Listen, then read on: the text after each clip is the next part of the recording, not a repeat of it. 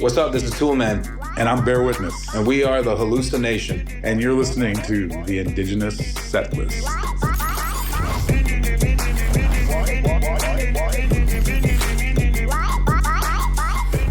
It's always like, oh, there's this explosion of talent in the native community. Like, no, there's no explosion. It's been here. Right then and there, I was like, oh yeah, this is something special.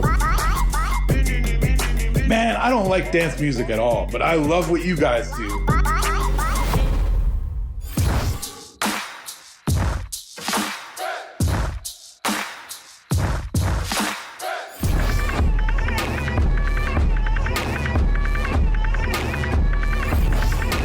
Lucy, man, them are going through Lucy. Hennessy mixed with a goosey. Watch that turn to a movie. My name is Toolman. I'm from Six Nations. I'm Mohawk Wolf over here. And I started doing music when I was like, contemporary music, making beats when I was like 15, 16. And then kind of started making pause tapes and then evolved into being the producer now of what we do here. I was always involved in music from a kid. I did like a lot of our traditional songs and both in like social stuff. And then I just kind of like loved music, like listening to my mom and dad would have vinyl and tapes and CDs kicking around of all these like artists from country to pop. And I had uncles who were in like, you know, soul funk bands and stuff. So I would like kind of learn from just watching him play guitar in the living room when he would watch me. And they just kind of like all those experiences kind of just led me on to this way of discovering music for myself now. And we've been fortunate enough to link up with people who are creators of genres to creators of synthesizers and really like people who shaped what music is today. I'm Behr Witness. From my family's from Six Nations, Cuba, Bear Clan, but I grew up mainly in Toronto.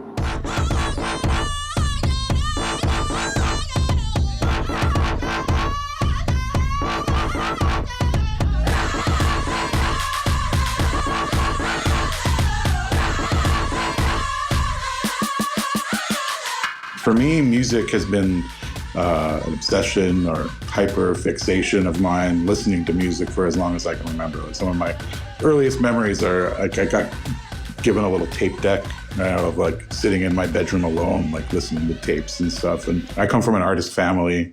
You know, my mom's an actor. My grandmother and great aunts have the longest running Indigenous women's theater company in North America, Spider Woman Theater, and my dad's a photographer. So I really grew up in an arts environment.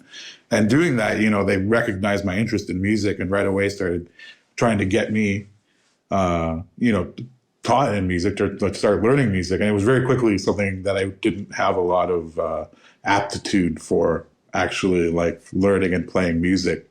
But it remained to be something that I was super interested in. And, you know, as I got into my teens, I was just put together a massive music collection.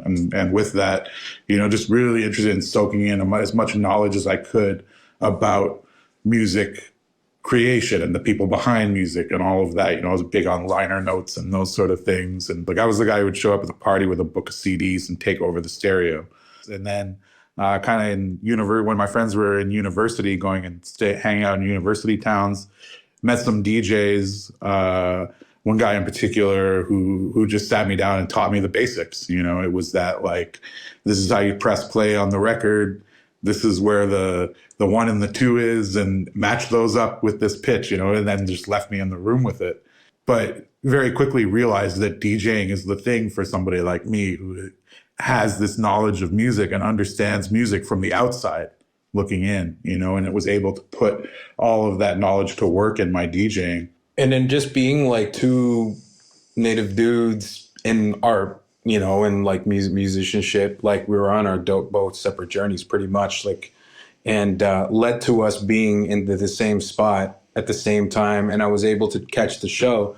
And I remember being just somebody that was just, you know, I'm a guy that holds up the wall. I'm not really a guy that goes into the middle of the floor. I love to observe and to take in what it was. And I remember just looking back and watching uh, these three DJs up on stage and playing this music with the video work.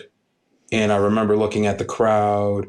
It was in Winnipeg at the time, and I saw everybody just kind of like super happy, super proud, super just in the moment too. And just like right then and there, I was like, oh yeah, this is something special, because people are like, not only did they sell the house out, but they like, it was mostly brown folk in there. So in a city. So it was kind of like really cool. And you could see, like, I was like, oh, this is important.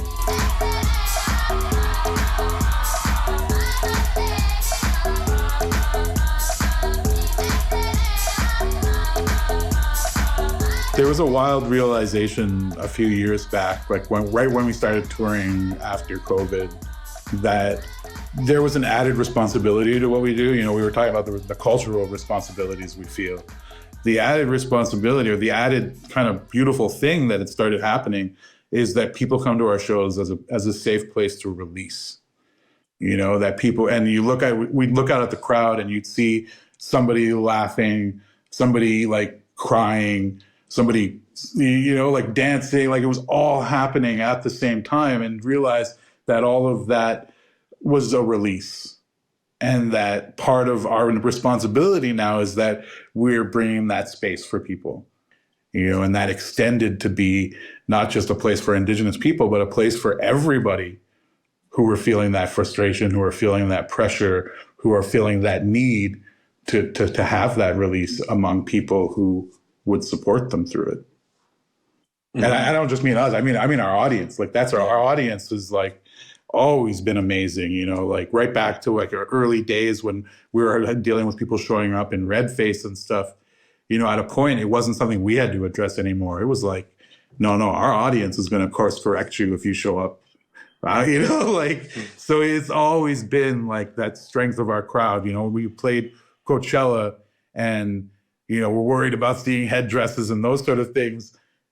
All of a sudden, when we started playing, the front row completely changed. And it was just all these Native people holding up nation flags and shit and just like taking up that space. And that, right from the Electric Powwow days, that was always the thing. We started playing those beats, and the Native people who were at those shows, who maybe, weren't up front, felt like they had the power and compelled to come to the front and represent like that. That's not us. Like, you know what I mean? We're there to help facilitate those moments, but that's not us. We're not creating that. That's the people who come because they feel comfortable at our shows.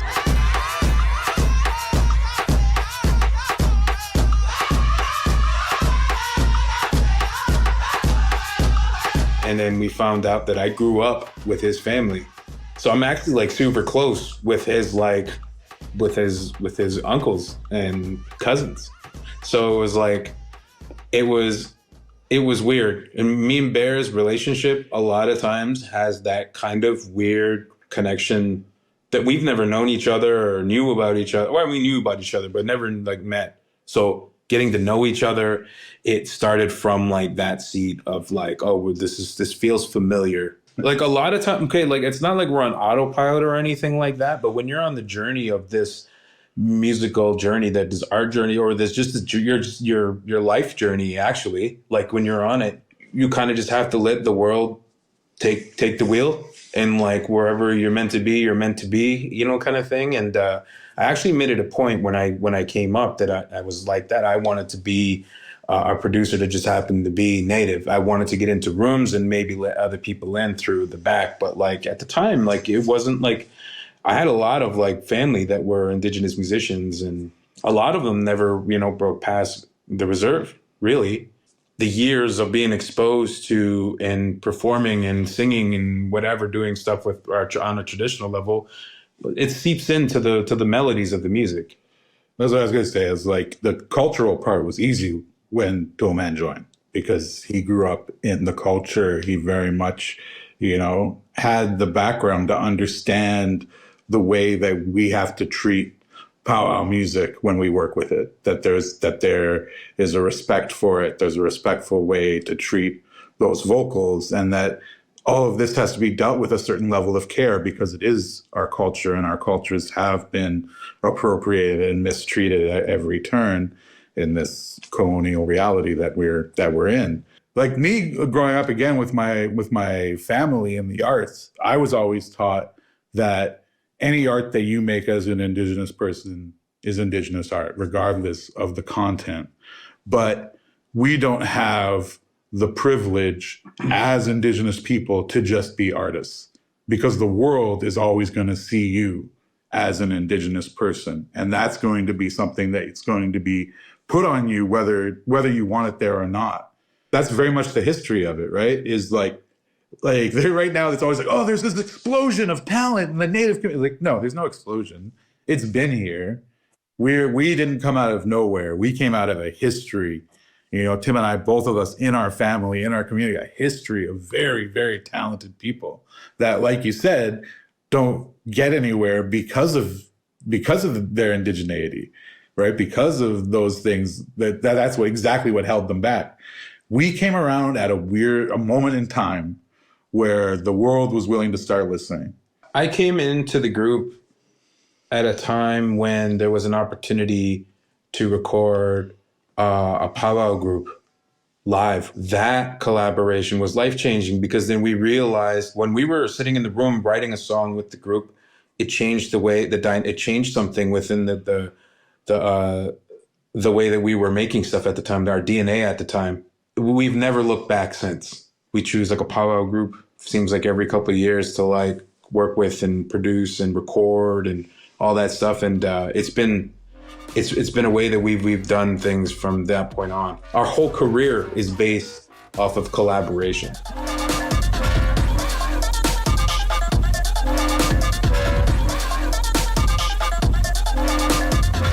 It's always like an exchange of ideas at from the moment that we're together. It's always an exchange of information, how we're feeling, whether good times or bad times, it's all, or creative times or highs and lows. Like these are all things that we've exchanged on every single time that we see each other.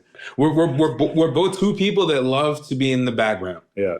And more importantly, what we found is that we love working with like new artists to give them, you know, maybe if we can help use them or they can use us as a way to shoot off into another atmosphere or to a new plateau that they can hit. We're very interested in like helping other people find their voice.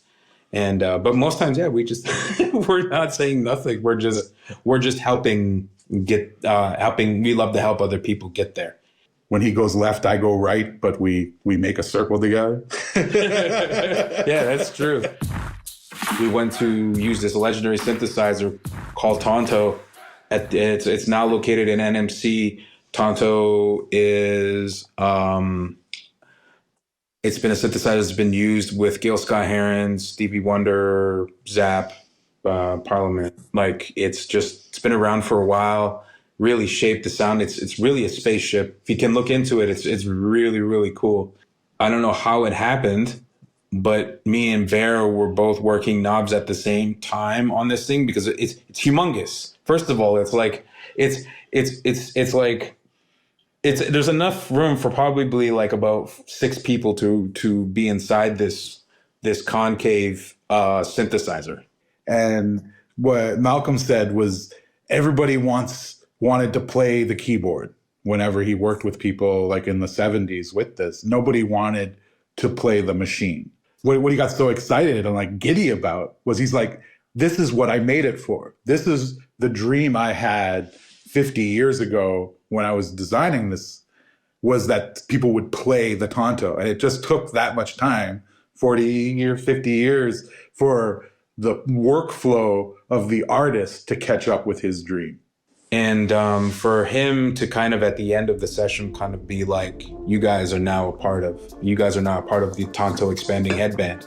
We got like, we were the last people to be, I guess, inducted into the band because like we got to use it. Tano Cumbia.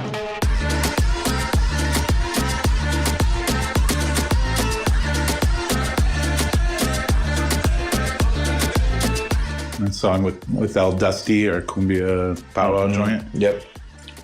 That's always the first one that comes to mind. That's always the first one that comes to my mind too, yeah. And I'm trying to think. That house one too, off of We Are the Hallucination. I can't remember the names of my own songs. Yeah.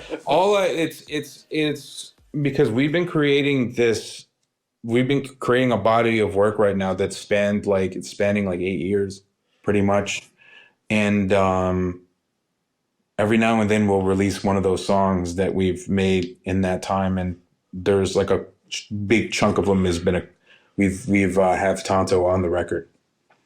But yeah, Tano Cumbia is the best example of it. It's the middle part where there's this unmistakable bass tone that's in it, and it's got this like warmth that you don't normally hear in dance music.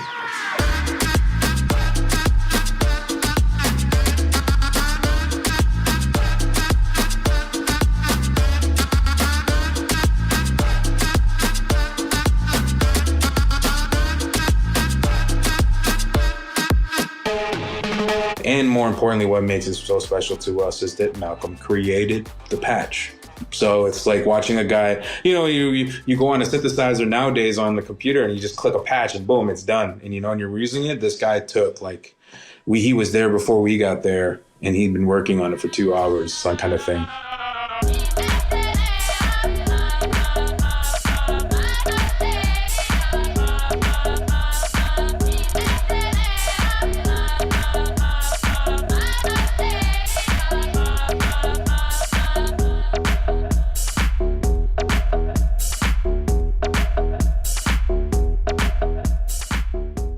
We got a bunch of things kind of on the go. I guess there's like 3 different projects that we're working on right now. One is this album that's been going, we've been working on for 8 years now. The concepts in it are very near to our hearts, and as time goes on, the need, I think, or the place for this project in the world keeps growing.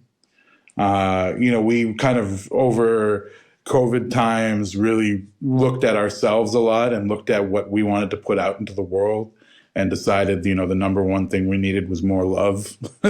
Really was where we came to with stuff, especially after We Are the Hallucination being like kind of a dark future kind of album, dystopian sci-fi kind of ideas. We were like, no, we need to do something that's about love. And so, yeah, we're trying to finish that one. It's getting really close. Our plan is 2027 now for that project. But the other thing that we've been doing is producing other artists. So we have a couple projects that are coming near to completion. Say what they are? Yeah, absolutely. All right. So the first one is with one of our best friends, Damian Abraham, who's lead singer for the band Fucked Up.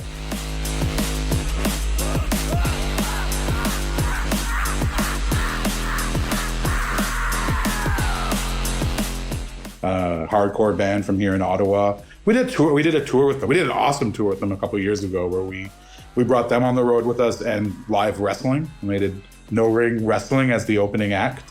Because that's one of the things that brings us and Damien together is our love for professional wrestling. So Damien wanted to do a solo project and he asked us to produce it. So we've been working on that. It's kind of like a hybrid hardcore with industrial and our and our music kind of all together. That's been amazing. Tons of fun working on that. Something really different, but also just the joy of working with somebody that we're so close to. And then my brother found out through the grapevine that my brother was killing it on the hip hop scene in Vancouver through friends, and was kind of like, oh, okay, well, listen to his music, and it's like, actually, this is really good. Yeah, I just wanna be with you. I gotta know. Can I chill? Can I hear with you? I gotta know. Yeah, I just wanna be with you. I gotta know. Can I chill? Can I hear with you? I gotta know. K-Pop Maxwell is, or he dropped the Maxwell. It's just K-Pop now. Yeah, so we're about halfway through producing an album for him. which has been, again, a joy. Like, he's not only an amazing MC, but just like a worker. You know, when you get in the studio with somebody who's just ready to go, will write amazing stuff on the spot, great concepts. And yeah. And the cool thing about the K-pop project and with the Damien project, well, the K-pop project is that I get to flex this dormant hip hop muscle that I haven't really used in a while. So I've been making like a bit. It's been fun working with a talented artist like him that can push me to that. I feel like is really complementary to the production style of what it is, and like it's coming into its really to its own. So it's like cool beats, excellent rhymes, and good concepts, and just a good-hearted man that that we would love to showcase, and hope that he has like a really great career, and like this is someone we can stand behind. So it's really cool. The Damien project, it's fusing hardcore ideas with whatever has been happening with myself for the last 12 years, as far as like this journey. It's been just another exploration into working with like producing an artist that's never really had a solo album before. And the love is in both project, the love is in there. Like, we love them both dearly. So it's like the care and the amount of care we're putting into these records are really, really awesome and fun. And it's like, it's just more overall, it's just been a fun experience and a nice little, I guess, not a break, but just a nice little detour that we can put our creative energy into.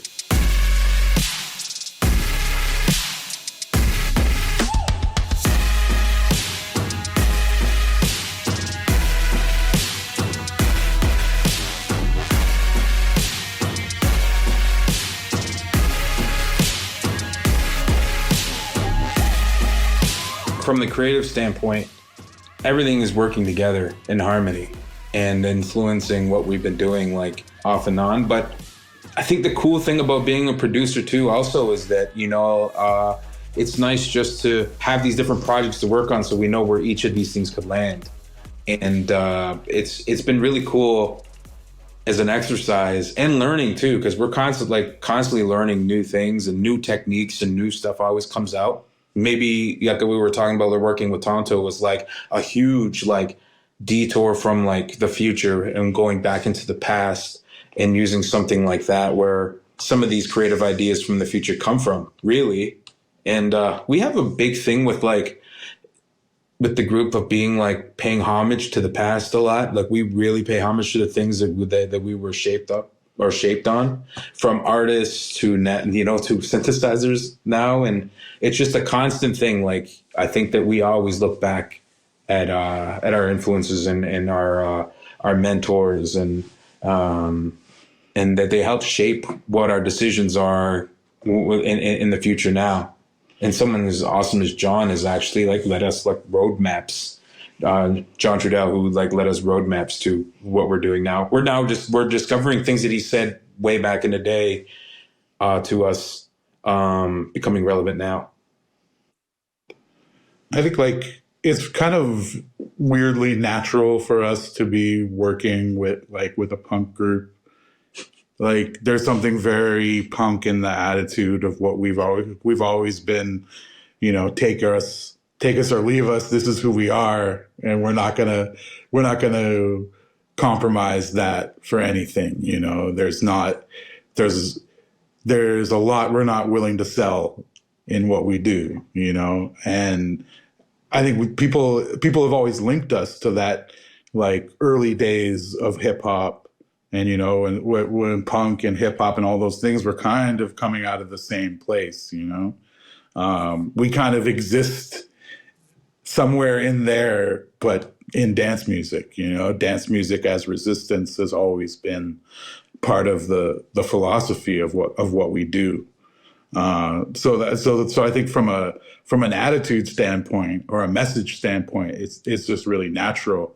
The cool thing is, like, once this kind of fell in our lap, it keeps falling in our lap.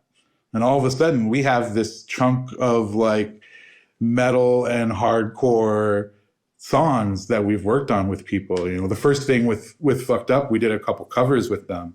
And we covered, one of my favorite punk groups is MDC. And we covered their John Wayne is a Nazi. John Wayne was a Nazi. He liked to play SS. Had a picture of Adolf the Boy tucked in his cowboy face. Well, he would string up your mama. I'm sure he would torture your pop. I'm sure he'd bind you up to the wall.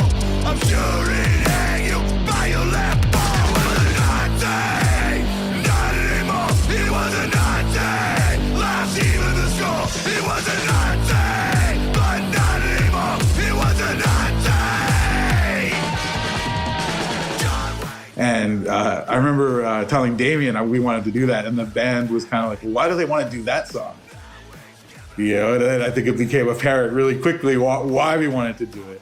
But having that song in our set, it brings another element to our show that I think makes it feel more inclusive to our fans.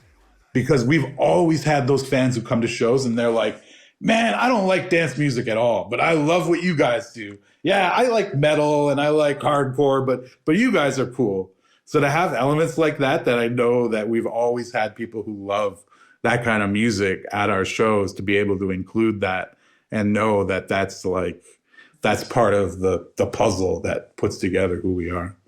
And I just kind of have like a little revelation now, just thinking about it. I think that the reason why that might be the reason why that this is like this is because, well, when I create stuff in the studio and we're collaborating together, it's as a person that's like, whenever I'm creating with somebody, I always used to doubt myself, or like, oh, I wonder if they like this snare or if I like this stuff. Well, the energy that we create is like a safe space. So like the space, it feels nice to be able to be there and be yourself and just be like, you know, creative in that kind of way. But we also bring that energy to shows. And where if you come to our show, you feel you're safe with us, and like we create this safe space so you can just enjoy the way you are. But another thing is that I never really thought about is that we kind of create space for our collaborators, as a safe space for them as well. So a lot of times, so maybe this is what attracts these things to us, because you're allowed to be yourself, and we just want what's best for you. And like and when we create, a lot of people are just comfortable and trusting each other's vision on this thing. And but yeah, the safe thing seems to be a reason why the creative ways of all this stuff flowing together makes sense. It's like one of the best compliments I think we've ever gotten from people that we collaborate with. You know, like Jen Kreisberg, she always tells her, Lito's always telling us, like, the space that we create for them in the creative process is special.